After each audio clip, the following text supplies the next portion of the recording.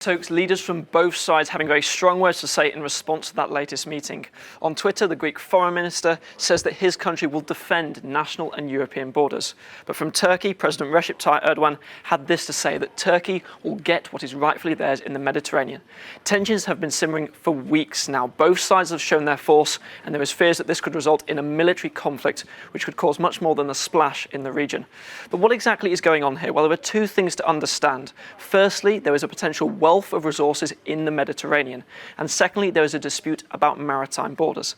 Well, on that first point, President Erdogan's recent announcement of Turkey's natural gas discovery in the Mediterranean should come as no surprise, given that back in 2010, 10 years ago now, this survey was released by the US Geological Study. They said that there was a potential wealth of resources in the Levant Basin in the eastern Mediterranean, including potentially 1.7 billion barrels of oil to be extracted.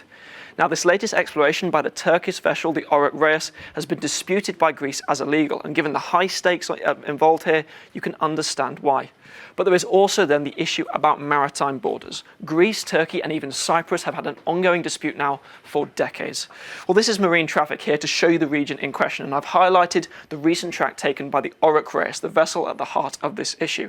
Here there is a dispute about how to calculate a country's continental shelf, and essentially whether a country's maritime borders should start from every island and territory.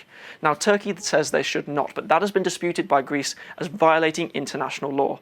Back in the year 2000, a European Union commissioned map survey essentially decided to calculate these borders at the detriment of Turkey, and say that no matter how close that Greek islands or even Cyprus were to the Turkish border, that would be the start point.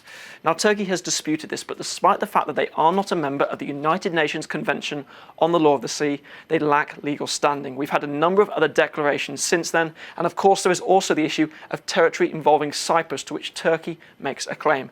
So a very complicated region here, Tokes, a lot of issues, and the borders there very difficult to distinguish.